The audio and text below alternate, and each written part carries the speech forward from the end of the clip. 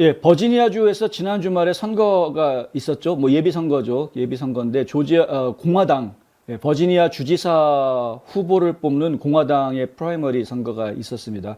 근데 이 선거에서 글렌 영킨이라는 분, 이 사진 동그라미 속에 있는 이분이 바로 이제 글렌 영킨인데 이분이 요번에 이제 공화당 후보가 됐다. 버지니아주는 2009년부터 지금까지 계속 민주당 출신이 주지사를 하고 있습니다. 뭐 민주당 주지사뿐만이 아니라 지금 연방 상원도 거의 다 민주당이 지금 계속 하고 있는 그런 상황이어서 민주당 텃밭이라고 지금 봐야 되는 상황인데 과연 12년 만에 이걸 뒤집을 수 있겠느냐? 그건 좀 지켜봐야 하겠습니다만은 뭔가 좀 기대를 저희가 좀 가져보려고 하는 것이죠. 과거와는 달리 이 민주당 쪽에서 하고 있는 정책들이 국민들한테 신뢰감을 좀 잃어가고 있고 좀 의심을 많이 받고 있는 그런 상황이고 더군다나 지금과 같은 시기는 대통령 선거 같은 그런 아주 전 국민적인 관심을 받는 시기가 지난 다음이기 때문에 선거에 대한 관심이나 열기가 좀 떨어져 있는 이런 상황입니다. 바꿔서 이야기하면은 투표율이 좀 낮게 나올 수 있는 그런 상황인 것이죠. 투표율이 낮게 나올 때에는 결국에는 그 정당에 소속되어 있는 무당파보다는 정당 소속되어 있는 당원들의 숫자가 어디가 더 많으냐가 결과를 판가름하는데 더 중요한 역할을 하기 마련입니다.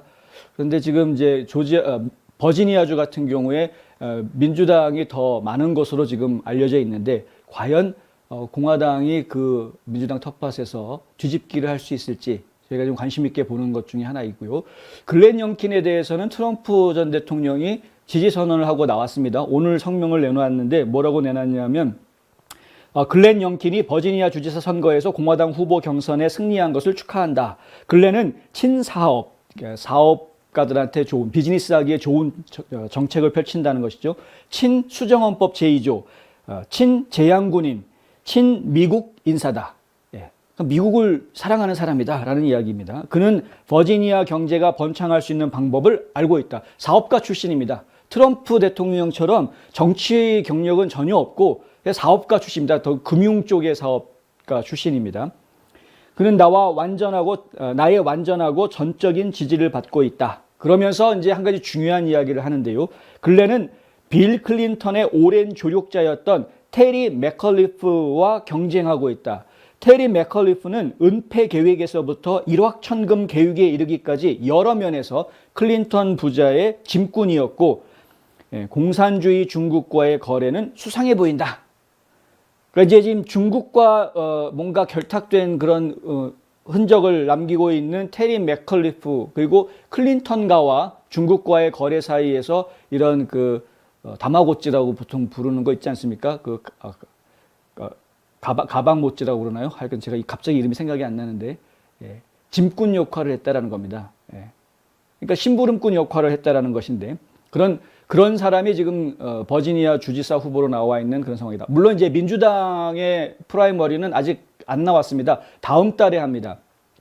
다음 달에 민주당 후보가 결정이 되는데 아직 누가 후보로 결정될지는 모르지만 지금 트럼프 전 대통령이 보았을 때는 테리 맥컬리프 후보가 가장 유력해 보인다라고 생각했던 것 같습니다. 그래서 지금 이제 이런 이야기를 한 것 같은데 그러면서 또 이런 말도 했습니다. 트럼프 대통령의 말입니다. 그는 현재 버지니아가 안고 있는 많은 문제들에 대해 책임이 있었다. 버지니아는 클린턴이나 공산주의 중국인이 주를 운영할 필요가 없기 때문에 테리 맥컬리프에게는 아니오라고 말하고 애국자 글렌 영킨에게는 예라고 말하라. 이렇게 이제 주문을 했습니다. 가방모찌, 그렇군요. 가방모찌. 이 클린턴과의 가방모찌를 했던 이 맥컬리프를 과연 버지니아주의 주지사로 세워야 하느냐?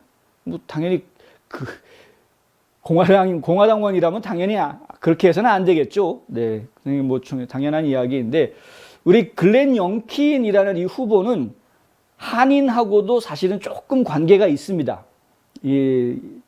제가 지금 조금이라고 얘기할 수밖에 없는 이유가 이 관계에 있는 분이 누구냐 하면은 이규성이라는 분인데요. 이 이규성 씨는 코리안 아메리칸인데 이 코리안 커뮤니티하고는 한인 사회하고는 일체 관계를 별로 많이 갖지 않으셨던 것 같습니다. 그래서 한인 사회 쪽하고 인맥은 별로 없고요. 그 아내 되시는 분도 히스패닉계 부인이고 또 이분이 또 학력이 워낙 뭐 출중합니다. 하버드 출신, 하버드 학부도 하버드, 대학원에서 MBA도 하버드 이런 이제 출신이고 이게 나름대로 성공 가도를 걸어왔 성공적인 인생을 살아온 분이었던 것 같습니다. 근데 이 이규성이라는 분이 이 글렌 영킨하고는 어떤 관계냐면 칼라일 그룹이라는 세계 3대 사모펀드 회사 중에 하나인 칼라일 그룹의 공동대표였다라는 것. 세계 3대 펀드 중, 사모펀드 중에 하나였다. 그러니까 굉장히 규모가 큰 펀드를 운영하는 그런 경제인이었던 것이죠. 그런데 요번에 글렌 영킨이 주지사로 출마를 하면서 지금 이규성 씨는 단독 대표가 됐습니다. 이제 글렌 영킨은 회사에서 이제 발을 빼기로 하고, 그래서 이규성 씨의 그 역할이 지금 이제 월스트리트에서의 역할이 상당히 좀 저희가 좀 주목해 봐야 될 그런 이제 입지가 된 것 같은데, 뭐 그거는 나중에 저희가 따로 한번 기회를 내서 조사를 해보도록 하고요. 지금 이제 글렌 영킨은 그런 식으로 이제 한인과 연관이 되어져 있는 인물이다.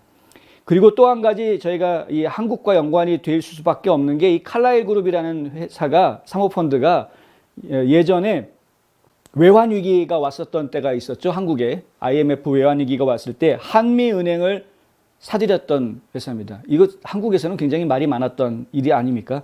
8천억 원을 벌어들였다. 그 당시에 2천억 달러가 넘는 자산을 가지고 있다 하니까 상당히 큰 규모의 자금을 운영하고 있는 큰 손이고, 요번에 지금 글렌 영킨 같은 경우에도 선거 자금 거의 대부분을 자신의 사비를 들여서 선거를 치렀다라고 이야기합니다. 그래서 정치적인 뒷배경이 없이 나왔기 때문에 아마 그런 그 일반적인 후원자들을 많이 찾지는 못했던 것 같은데, 그럼에도 불구하고 트럼프 대통령이 이 글렌 영킨이 만들었던 자기 홍보 영상에 한번 출연한 적이 있습니다. 그래서 트럼프 대통령의 후광을 입고 있구나라는 인상을 주민들에게 많이 주었고요. 그것 덕분에 아무래도 이번에 공화당 후보로 지명이 된 것이 아니었나 이런 생각을 좀 하게 되고, 그리고 테드 크루즈 연방 상원의원도 영킨을 지지했었고, 그리고 리 누드 변호사, 여러분들 잘 아시는 리 누드 변호사도 이 영킨 후보를 지지했습니다.